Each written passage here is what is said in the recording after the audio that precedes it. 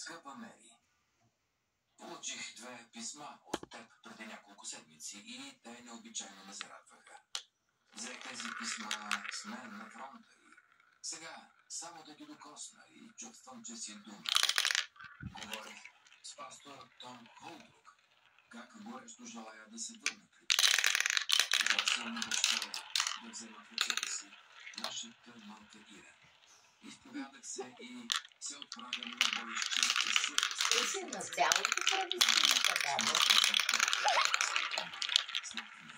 Заради твой милък сигурен.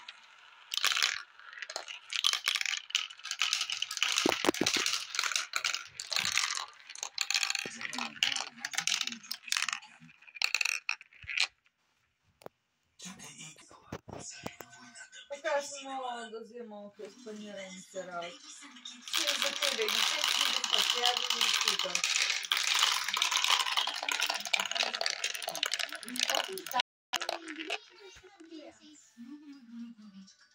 Ама кажи, ако ще ядеш, това нищо. Само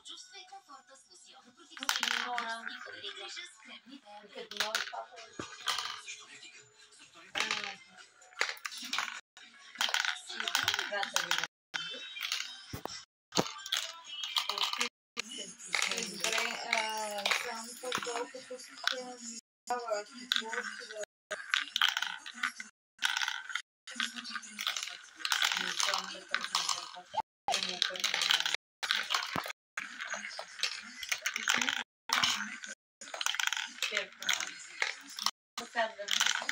или да видим оръжие.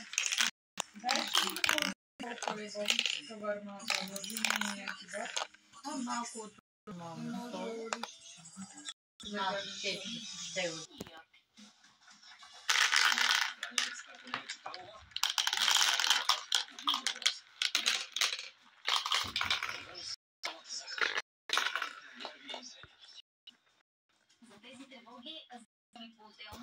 What?